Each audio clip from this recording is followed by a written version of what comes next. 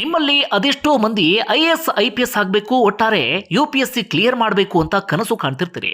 UPSC clear ಮಾಡೋದಕ್ಕೆ ಸರಿಯಾದ ಟೈಮ್ಗೆ ಸರಿಯಾದ ರೀತಿಯ ಕೋಚಿಂಗ್ ಸಿಗಬೇಕು. ಹೀಗಾಗಿ ಉತ್ತಮ ಮಾರ್ಗದರ್ಶನ ನೀಡೋಕೆ ಜನ ಮೆಚ್ಚಿದ IAS ಜ್ಞಾನಿ ಸಂಸ್ಥೆ ರೆಡಿಯಾಗಿದೆ. ಪ್ರಮುಖವಾಗಿ ಪ್ರಿಲಿಮ್ಸ್ ಎಲಿಮಿನೇಷನ್ ಟೆಕ್ನಿಕ್ಸ್ ಮತ್ತು ಮೇನ್ಸ್ ಮೆಂಟಲ್ ಆನ್ಸರ್ ರೈಟಿಂಗ್ ನಲ್ಲಿ ನಿಮ್ಮನ್ನ ಸದೃಢಗೊಳಿಸ್ತಾರೆ. ಒಳ್ಳೆ ಹೆಸರು ಮಾಡ್ತಿರುವಂತಹ ಸಂಸ್ಥೆ ಇದು. ಈಗಲೇ ಈ ವಿಳಾಸದ ಮೂಲಕ ಅವರನ್ನ ಭೇಟಿಯಾಗಬಹುದು ಅಥವಾ ಈ ಕೆಳಗಿನ ನಂಬರ್ಗೆ ಕಾಲ್ ಮಾಡಬಹುದು. मेरे में 92.95 परसेंटाइल थे नीट में. 92.95 परसेंटाइल नीट में. My lord, as a MBBS aspirant, it was not my responsibility to read the gazette notification to challenge all those things. मेरे 93 परसेंटाइल थे अप्रॉक्स. मैं मेरिटोरियस था. अगर इसके बाद भी मैं एक सीट प्राइवेट कॉलेज में सिक्योर नहीं कर सकता, तो अगर इतनी मेरिट में आने के बाद भी एक सीट मैंने प्राइवेट कॉलेज में सिक्योर नहीं कर पाई, तो इसमें मेरी गलती तो नहीं है. my lord, कहीं ना कहीं सीट्स डिस्ट्रीब्यूशन में, अगर इसका एक कंक्लूजन बताऊं, जिस कैटेगरी का मैं था उसका बेनिफिट मुझे मिला नहीं. अगर मुझे अनरिजर्व के अगेंस्ट सीट अलॉट हो सकती थी तो उसमें मैं ओपन हूं ना, मैं गवर्नमेंट स्कूल कोटा में ना पीडब्ल्यू कोई कोटा नहीं. उसके अगेंस्ट इन्होंने सीट डिस्ट्रीब्यूशन ऐसा किया कि यू आर ओपन में और कम सीट्स में. आपका नाम क्या है? अथर्व चतुर्वेदी. अथर्व चतुर्वेदी. आप मेडिकल में एडमिशन लेना चाहते हैं? Yes madam. कभी ऐसा तो ना मेडिकल के बाद फिर लॉ में आएंगे आप? हो सकता है मैडम. तो फिर जिस तरह से बहस कर रहे हैं ऐसे इसकी माँ तैयार नहीं है मैडम. हैं? इसकी माँ तैयार नहीं है. इसकी बात यार नहीं. आप तो शोले पिक्चर वाली बात कर रहे हैं. हैं? बात बसंती की चल रही, मौसी हाँ मर रही. तो ये तो सुनो, लाइफ के डिसीजन कभी भी ना देखो. पेरेंट की इच्छा बहुत हो, किसी की होती है डॉक्टर बने, किसी की वकील बने, कोई जज बने, कोई ये बने. लेकिन वो आपने 3 इडियट मूवी देखी है ना? हाँ. देखी है, क्या सीखा? ಬಂಧುಗಳೇ ನಮಸ್ಕಾರ, ಹೇಗಿದ್ರಿ ನೀವೆಲ್ಲರೂ? ನಾನು ಸುಬ್ರಹ್ಮಣ್ಯ ಎಸ್ ಹಂಡಿಗೆ. ಬಂಧುಗಳೇ, ಈ ವಿಡಿಯೋ ಆರಂಭದಲ್ಲಿ ಸಣ್ಣದಾಗಿರುವಂಥ ವಿಡಿಯೋ ತುಣುಕೊಂದನ್ನು ಗಮನಿಸಿದ್ರಿ. ಅದು ಮಧ್ಯಪ್ರದೇಶದ ಜಬಲ್ಪುರ ಹೈಕೋರ್ಟ್ಗೆ ಸಂಬಂಧಪಟ್ಟಂತ ವಿಡಿಯೋ. ಆ ವಿಡಿಯೋದಲ್ಲಿ ಓರ್ವ ಯುವಕ ತನ್ನ ಪರವಾಗಿ ತಾನೇ ವಾದ ಮಂಡಿಸ್ತಿರೋದನ್ನ ನೀವೆಲ್ಲರೂ ಕೂಡ ನೋಡಿದ್ರಿ. ಅದೇ ಯುವಕ ಸದ್ಯ ಇಡೀ ದೇಶದ ಗಮನವನ್ನ ಸೆಳೆತಾ ಇದ್ದಾರೆ. ಇಡೀ ದೇಶ ಆ ಯುವಕನನ್ನ ಇವತ್ತು ಹಾಡಿ ಹೊಗಳುತ್ತಾ ಇದೆ. ನೀವು ನೋಡಿದ್ದು ವಿಡಿಯೋ ಕ್ಲಿಪ್, ಅದು ಹೈಕೋರ್ಟ್ಗೆ ಸಂಬಂಧಪಟ್ಟಿದ್ದು. ಆದರೆ ಆತ ಸದ್ಯ ದೇಶದ ಗಮನ ಸೆಳೆತಿರೋದು ಸುಪ್ರೀಂ ಕೋರ್ಟ್ನಲ್ಲಿ ತನ್ನ ಪರವಾಗಿ ತಾನೇ ವಾದವನ್ನ ಮಂಡಿಸುವ ಮೂಲಕ. ಬಂಧುಗಳೇ, ನಿಮ್ಮೆಲ್ಲರಲ್ಲೂ ಕೂಡ ಇದು ಸ್ಫೂರ್ತಿಯನ್ನು ತುಂಬುತ್ತೆ. ಆ ಕಾರಣಕ್ಕಾಗಿ ಈ ವಿಚಾರವನ್ನ ನಿಮ್ಮ ಮುಂದೆ ತರ್ತಾ ಇದ್ದೇನೆ. ನಿಮ್ಮೆಲ್ಲರಿಗೂ ಕೂಡ ಗೊತ್ತಿದೆ ಸುಪ್ರೀಂ ಕೋರ್ಟ್ನಲ್ಲಿ ವಾದ ಮಂಡಿಸೋದು ಎಷ್ಟು ಕಷ್ಟ ಅಂತ ಹೇಳಿ. ಅಲ್ಲಿ ಘಟಾನುಘಟಿ ವಕೀಲರೇ ಅಥವಾ ಸಂವಿಧಾನ ತಜ್ಞರೇ ಸಾಕಷ್ಟು ಸಂದರ್ಭದಲ್ಲಿ ಮುಗ್ಗರಿಸ್ತಾರೆ. ನ್ಯಾಯದ ಪರವಾಗಿ ಎಷ್ಟೋ ಸಂದರ್ಭದಲ್ಲಿ ನಿಲ್ಲೋದಿಕ್ಕೆ ಸಾಧ್ಯ ಆಗೋದಿಲ್ಲ. ಅಂಥದ್ರಲ್ಲಿ ಈತ ಕೇವಲ ಸೆಕೆಂಡ್ PUC ಪಾಸ್ ಮಾಡಿದಂಥ ಯುವಕ. ವಯಸ್ಸು 18ರಿಂದ 19 ಆಸುಪಾಸು ಅಷ್ಟೇ. ಆತ ವಕೀಲ ಅಲ್ಲ, ಕಾನೂನು ಪಂಡಿತ ಅಲ್ಲ, ಸಂವಿಧಾನ ತಜ್ಞ ಅಂತೂ ಅಲ್ವೇ ಅಲ್ಲ. ಆದರೆ ತನ್ನ ಪರವಾಗಿ ತಾನೇ ವಾದವನ್ನ ಮಾಡಿ ಗೆಲುವನ್ನು ಸಾಧಿಸಿದ್ದಾನೆ. ಎಷ್ಟರ ಮಟ್ಟಿಗೆ ಅಂದರೆ ಸುಪ್ರೀಂ ಕೋರ್ಟ್ನ ನ್ಯಾಯಾಧೀಶರೇ ಆತನ ವಾದಕ್ಕೆ ಮನಸೋಲ್ತಾರೆ. ಕೊನೆಗೆ ಸುಪ್ರೀಂ ಕೋರ್ಟ್ ತನ್ನ ಪರಮಾಧಿಕಾರವನ್ನು ಬಳಸಿ ಈತನ ಪರವಾಗಿ ಆದೇಶವನ್ನು ಹೊರಡಿಸುತ್ತೆ. ಒಂದು ರೀತಿಯಲ್ಲಿ ಅಪರೂಪದ ಪ್ರಸಂಗ ಆದರೂ ಕೂಡ ತಪ್ಪಾಗಲಿಕ್ಕಿಲ್ಲ. ಏನು ಆ ಡೀಟೇಲನ್ನು ಕಂಪ್ಲೀಟ್ ಆಗಿ ಗಮನಿಸ್ತಾ ಹೋಗೋಣ. ಮೊನ್ನೆ ಏನಾಯಿತು ಅಂದರೆ ಫೆಬ್ರವರಿ 10ನೇ ತಾರೀಕು ಸುಪ್ರೀಂ ಕೋರ್ಟ್ನಲ್ಲಿ ಕಲಾಪ ಎಲ್ಲವೂ ಕೂಡ ನಡೀತಾ ಇರುತ್ತೆ. ಮುಖ್ಯ ನ್ಯಾಯಮೂರ್ತಿ ಸೂರ್ಯಕಾಂತ್ ಅವರ ಪೀಠದ ಮುಂದೆ ಸಾಕಷ್ಟು ವಿಚಾರಗಳು ಕೂಡ ಬಂದಿರ್ತವೆ. ಅದರ ವಿಚಾರಣೆ ಎಲ್ಲವೂ ಕೂಡ ನಡೀತಾ ಇರುತ್ತೆ.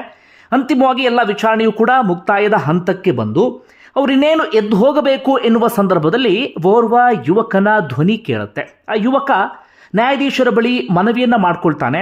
ದಯವಿಟ್ಟು ನನಗೆ 10 ನಿಮಿಷಗಳ ಕಾಲ ವಾದವನ್ನು ಮಾಡೋದಕ್ಕೆ ಅವಕಾಶವನ್ನು ಮಾಡಿಕೊಡಿ, ದಯವಿಟ್ಟು ಅಂತ ಹೇಳಿ ಆತ ಪರಿಪರಿಯಾಗಿ ಕೇಳಿಕೊಳ್ತಾನೆ.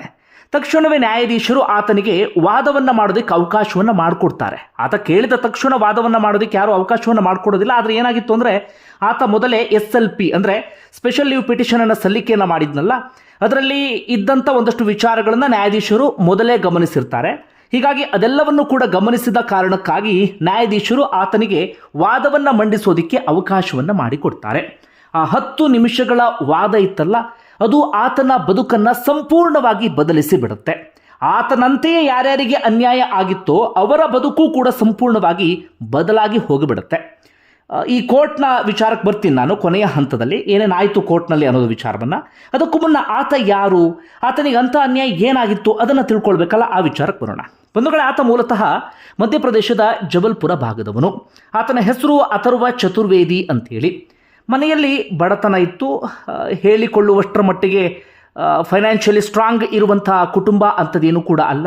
ಅವರ ತಂದೆ ಲಾಯರ್, ಆದರೆ ಅವರು ಸುಪ್ರೀಂ ಕೋರ್ಟ್ನಲ್ಲಿ ಯಾವತ್ತೂ ಕೂಡ ವಾದವನ್ನು ಮಾಡಿದಂಥವರಲ್ಲ. ಅವರು ಲೋಯರ್ ಕೋರ್ಟ್ಗಳಲ್ಲಿ ಸಣ್ಣ ಪುಟ್ಟ ಕೇಸ್ಗಳನ್ನು ವಾದವನ್ನು ಮಾಡ್ತಾ ಇದ್ದಂಥವರು.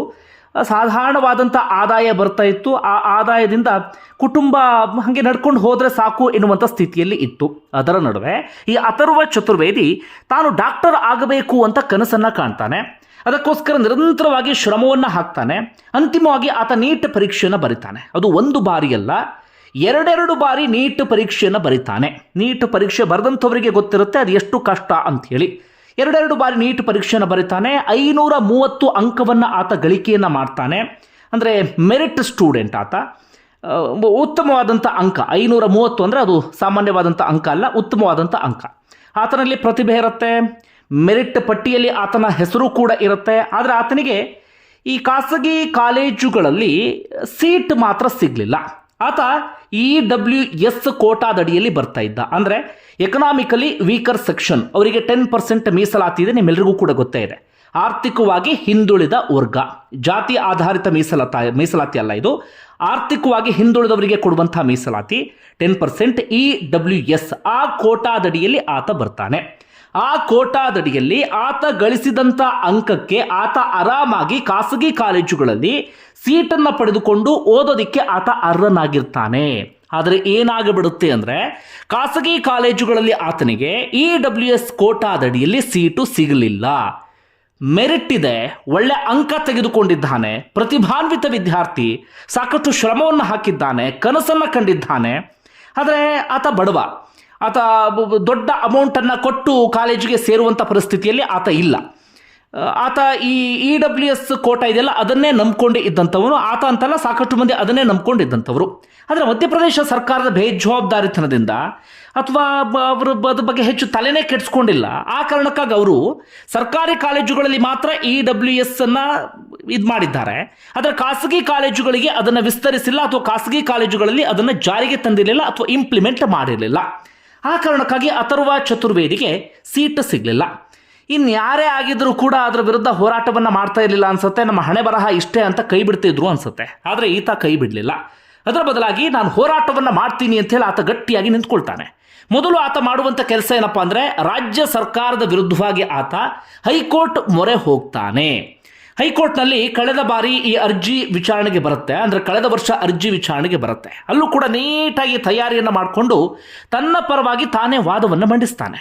ಅಲ್ಲಿ ಜಡ್ಜ್ ಕೇಳ್ತಾರೆ, ವಕೀಲರು ಯಾರಾದರೂ ಇದ್ದಾರಪ್ಪ ನಿನ್ನ ಜೊತೆಗೆ ಅಥವಾ ನಿನ್ನ ಪರವಾಗಿ ಅಂತೇಳಿ. ಆತ ಹೇಳ್ತಾನೆ, ನನ್ನ ವಿಚಾರವನ್ನು ನನ್ನಷ್ಟು ಚೆನ್ನಾಗಿ ಅರ್ಥ ಮಾಡ್ಕೊಂಡಿರುವಂಥವ್ರು ಯಾರೂ ಕೂಡ ಇಲ್ಲ. ನನಗೆ ಏನು ಅನ್ಯಾಯ ಆಗಿದೆ ಅನ್ನೋದು ನನಗೆ ಮಾತ್ರ ಬಹಳ ಚೆನ್ನಾಗಿ ಅರಿವಿಗೆ ಬಂದಿದೆ. ಜೊತೆಗೆ ಇದು ಯಾವ ರೀತಿಯಾಗಿ ಅನ್ಯಾಯ ಅನ್ನೋದ್ರ ಬಗ್ಗೆಯೂ ಕೂಡ ನಾನು ಸಂಪೂರ್ಣವಾಗಿ ಅಧ್ಯಯನವನ್ನು ಮಾಡಿದ್ದೇನೆ. ಹೀಗಾಗಿ ನನ್ನ ಪರವಾಗಿ ನಾನೇ ವಾದವನ್ನು ಮಂಡಿಸ್ತೇನೆ ಎನ್ನುವ ರೀತಿಯಲ್ಲಿ ಹೈಕೋರ್ಟ್ನಲ್ಲಿ ಹೇಳ್ತಾನೆ. ಹೈಕೋರ್ಟ್ ಕೂಡ ಆತನ ವಾದಕ್ಕೆ ಬೆರಗಾಗಿ ಬಿಡುತ್ತೆ. ಹೈಕೋರ್ಟ್ನ ಜಡ್ಜ್ ಹೇಳ್ತಾರೆ, ನೀನು ಡಾಕ್ಟರ್ ಆಗೋ ಬದಲು ಲಾಯರ್ ಆಗ್ಬೋದಿತ್ತಪ್ಪ, ಅಷ್ಟು ಚೆನ್ನಾಗಿ ವಾದವನ್ನು ಮಾಡ್ತೀಯಲ್ಲ ಅಂತ ಹೇಳಿ. ಆತನ ವಾದಕ್ಕೆ ಮನಸೋತಂಥ ಹೈಕೋರ್ಟ್ ಜಡ್ಜ್ ಏನು ಮಾಡ್ತಾರೆ ಅಂದರೆ 1 ವರ್ಷದ ಒಳಗಡೆ ಮೀಸಲಾತಿಯನ್ನು ನೀಡುವಂತೆ, ಅಂದರೆ EWS ಅನ್ನು ಖಾಸಗಿ ಕಾಲೇಜುಗಳಲ್ಲಿ ಜಾರಿಗೆ ತರುವಂತೆ ಆದೇಶವನ್ನು ಹೊರಡಿಸ್ತಾರೆ ಅಥವಾ ಹೈಕೋರ್ಟ್ ಆದೇಶವನ್ನು ಹೊರಡಿಸುತ್ತೆ. ಆದರೆ ರಾಜ್ಯ ಸರ್ಕಾರ ಹೈಕೋರ್ಟ್ ಆದೇಶಕ್ಕೂ ಕೂಡ ಕೇರ್ ಮಾಡೋದಿಲ್ಲ ಅಥವಾ ತಲೆಯನ್ನು ಕೆಡಿಸ್ಕೊಳ್ಳೋಕೆ ಹೋಗೋದೇ ಇಲ್ಲ. ಅದಾದ ಬಳಿಕ ಈತ ಸುಮ್ಮನೆ ಕೂತ್ಕೊಳ್ತಾನ ಇಲ್ಲ. ಕೊನೆಗೆ ಈತನ ದೃಷ್ಟಿ ನೆಟ್ಟಿದ್ದು ಸುಪ್ರೀಂ ಕೋರ್ಟ್ನ ಕಡೆಗೆ. ಈತ ಏನು ಮಾಡ್ತಾನೆ ಅಂದರೆ ಸುಪ್ರೀಂ ಕೋರ್ಟ್ಗೆ ಹೋಗೋಕ್ಕೂ ಮುನ್ನ ನೀಟಾದಂಥ ತಯಾರಿಯನ್ನು ಮಾಡ್ಕೊಳ್ತಾನೆ. ಹಿಂದಿನ ಕೋರ್ಟ್ ಕಲಾಪಗಳನ್ನು ಆತ ಯೂಟ್ಯೂಬ್ನಲ್ಲಿ ವೀಕ್ಷಣೆ ಮಾಡ್ತಾ ಇದ್ದಂತೆ. ಕೋರ್ಟ್ನಲ್ಲಿ ಹೇಗೆ ಶಿಸ್ತಾಗಿರಬೇಕು, ಕೋರ್ಟ್ನ ನಿಯಮಗಳೇನು, ಕೋರ್ಟ್ನಲ್ಲಿ ವಾದ ಮಾಡೋದು ಹೇಗೆ, ಜಡ್ಜ್ ಮುಂದೆ ಯಾವ್ಯಾವ ವಿಚಾರಗಳನ್ನು ಪ್ರಸ್ತಾಪ ಮಾಡಬೇಕು ಅದರ ಬಗ್ಗೆ ಅಧ್ಯಯನ ನಡೆಸ್ತಾನೆ. EWS ಬಗ್ಗೆ ಅಧ್ಯಯನವನ್ನು ನಡೆಸ್ತಾನೆ. ಹಾಗೆ ಬೇರೆ ಬೇರೆ ಏನಷ್ಟು ಟೆಕ್ನಿಕಲ್ ವಿಚಾರಗಳಿದ್ವೋ ಅದೆಲ್ಲದರ ಬಗ್ಗೆಯೂ ಕೂಡ ಈತ ನೀಟಾಗಿ ಸ್ಟಡಿಯನ್ನು ಮಾಡ್ತಾನೆ. ಸ್ವತಃ ಈತನೇ ಆನ್ಲೈನ್ ಮೂಲಕವೇ SLP ಸ್ಪೆಷಲ್ ಲೀವ್ ಪಿಟಿಷನ್ ಅಥವಾ ಅರ್ಜಿಯನ್ನು ಸಲ್ಲಿಕೆ ಮಾಡ್ತಾನೆ. ಒಂದಷ್ಟು ಮಂದಿ ವಕೀಲರಿಗೆ ಆನ್ಲೈನಲ್ಲಿ ಸಲ್ಲಿಕೆ ಮಾಡೋದಕ್ಕೆ ಕಷ್ಟ ಆಗಿಬಿಡುತ್ತೆ, ಬರೋದಿಲ್ಲ.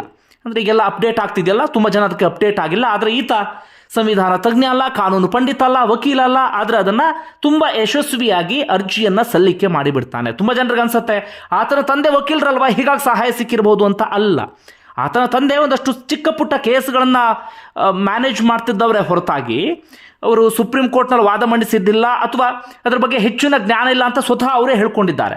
ನನ್ನ ಮಗನಿಗೆ ಇರುವಷ್ಟು ಮಟ್ಟಿಗಿನ ಜ್ಞಾನ ನನಗಿಲ್ಲ, ಈಗೆಲ್ಲ ಅಪ್ಡೇಟ್ ಆಗ್ತಿದ್ದಾರೆ, ನಾವೆಲ್ಲ ಹಿಂದಿನ ಕಾಲದವರು ಎನ್ನುವಂಥ ಮಾತನ್ನು ಅವರೇ ಹೇಳಿದ್ದಾರೆ. ಅಂತಿಮವಾಗಿ ಎಲ್ಲ ವಿಚಾರ ಆಗಿ ಸುಪ್ರೀಂ ಕೋರ್ಟ್ನ ಮುಂದೆ ಈ ಸಂಗತಿ ಬರುತ್ತೆ. ಫೆಬ್ರವರಿ 10ನೇ ತಾರೀಕು ಇನ್ನೇನು ಮುಗಿಬೇಕು ಅನ್ನೋ ಸಂದರ್ಭದಲ್ಲಿ ಈತನ ಎಂಟ್ರಿ ಆಗುತ್ತೆ. ಅಲ್ಲೂ ಕೂಡ ಸುಪ್ರೀಂ ಕೋರ್ಟ್ ಜಡ್ಜ್ ಕೇಳ್ತಾರೆ, ನಿನ್ನ ಪರವಾಗಿ ಯಾರಾದರೂ ವಕೀಲರಿದ್ದಾರಾ ಅಂತೇಳಿ. ಆತ ಹೇಳ್ತಾನೆ, ಇಲ್ಲ, ನನ್ನ ಪರವಾಗಿ ನಾನೇ ವಾದವನ್ನು ಮಂಡಿಸ್ತೀನಿ, ಕೇವಲ ಒಂದು 10 ನಿಮಿಷ ನನಗೆ ಸಮಯವನ್ನು ಕೊಡಿ ಅಂಥೇಳಿ. ಆ 10 ನಿಮಿಷದಲ್ಲಿ ಅತ್ಯಂತ ನಿಖರವಾಗಿ, ನೀಟಾಗಿ, ಆ ವಿಚಾರಕ್ಕೆ ಸೀಮಿತವಾಗಿ ತನ್ನ ವಾದವನ್ನು ಮಂಡಿಸ್ತಾನೆ. ಸ್ವತಃ ಸುಪ್ರೀಂ ಕೋರ್ಟ್ನ ಜಡ್ಜ್, ಮುಖ್ಯ ನ್ಯಾಯಮೂರ್ತಿಗಳೇ ಆತನ ವಾದಕ್ಕೆ ತಲೆದೂಗಿ ಬಿಡ್ತಾರೆ. ತಕ್ಷಣವೇ ಅವರು ಏನು ಮಾಡ್ತಾರೆ ಅಂದರೆ, ತಕ್ಷಣ ಆದೇಶವನ್ನು ಹೊರಡಿಸ್ತಾರೆ, ತಕ್ಷಣ ಸರ್ಕಾರಕ್ಕೆ ಸೂಚನೆಯನ್ನು ಕೊಡ್ತಾರೆ. ಅದಕ್ಕೆ ಸುಪ್ರೀಂ ಕೋರ್ಟ್ ಬಳಸೋದೇನು ತುಂಬ ಅಪರೂಪ ಎನ್ನುವ ರೀತಿಯಲ್ಲಿ ಆರ್ಟಿಕಲ್ 142 ಅಡಿಯಲ್ಲಿ ಪರಮಾಧಿಕಾರವನ್ನು ಬಳಸುತ್ತೆ. ಸುಪ್ರೀಂ ಕೋರ್ಟ್ಗೆ ಒಮ್ಮೊಮ್ಮೆ ಇದೆಲ್ಲವನ್ನು ಕೂಡ ಮೀರಿ ಒಂದಷ್ಟು ಅಧಿಕಾರ ಇರುತ್ತೆ. ಆ ಪರಮಾಧಿಕಾರವನ್ನು ಬಳಸುತ್ತೆ ಈತನ ವಾದವನ್ನು ನೋಡಿ. ಈತನ ನಿಜವಾಗ್ಲೂ ಅನ್ಯಾಯ ಆಗಿದೆ ಅನ್ನೋದು ಮನವರಿಕೆ ಆದಂಥ ಕಾರಣಕ್ಕಾಗಿ ಸುಪ್ರೀಂ ಕೋರ್ಟ್ ಬಹಳ ಸ್ಪಷ್ಟವಾಗಿ ಹೇಳುತ್ತೆ, ಕೇವಲ 1 ವಾರ ಅಷ್ಟೇ, 1 ವಾರದ ಒಳಗಾಗಿ ಈತನಿಗೆ ಸೀಟು ಕೊಡಬೇಕು. ಈತನ ರೀತಿಯಲ್ಲಿ ಇನ್ನು ಯಾರ್ಯಾರಿದ್ದಾರೆ ಅವರೆಲ್ಲರಿಗೂ ಕೂಡ ಸೀಟು ಕೊಡಬೇಕು ಅಂತೇಳಿ ಬಹಳ ಸ್ಪಷ್ಟವಾಗಿ ಸೂಚನೆಯನ್ನು ಕೊಡುತ್ತೆ. ಈತನ ಕನಸೆ ಕಮರಿ ಹೋಗುವಂಥ ಪರಿಸ್ಥಿತಿ ಎದುರಾಗಿತ್ತು. ಆದರೆ ಹಠ ಬಿಡದೆ ಆ ಛಲದಿಂದ ತನಗಾದಂಥ ಅನ್ಯಾಯಕ್ಕೆ ಮುನ್ನುಗ್ಗಿ ತಾನೇ ವಾದವನ್ನು ಮಾಡಿ ನ್ಯಾಯವನ್ನು ಪಡೆದುಕೊಂಡಂಥ ಧೀರ. ಬಂಧುಗಳೇ, ಈತನ ಸ್ಟೋರಿ ನಮ್ಮಲ್ಲಿ ಸಾಕಷ್ಟು ಮಂದಿಗೆ ಒಂದು ರೀತಿಯಲ್ಲಿ ಸ್ಫೂರ್ತಿ ಅಂದರೂ ಕೂಡ ತಪ್ಪಾಗಲಿಕ್ಕಿಲ್ಲ. ನಿಮ್ಗೆ ಏನಿಸ್ತಾ ಕಮೆಂಟ್ ಬಾಕ್ಸಲ್ಲಿ ಮೆನ್ಷನ್ ಮಾಡಿ. ಧನ್ಯವಾದ ವಿಡಿಯೋ ನೋಡಿದ್ದಕ್ಕಾಗಿ.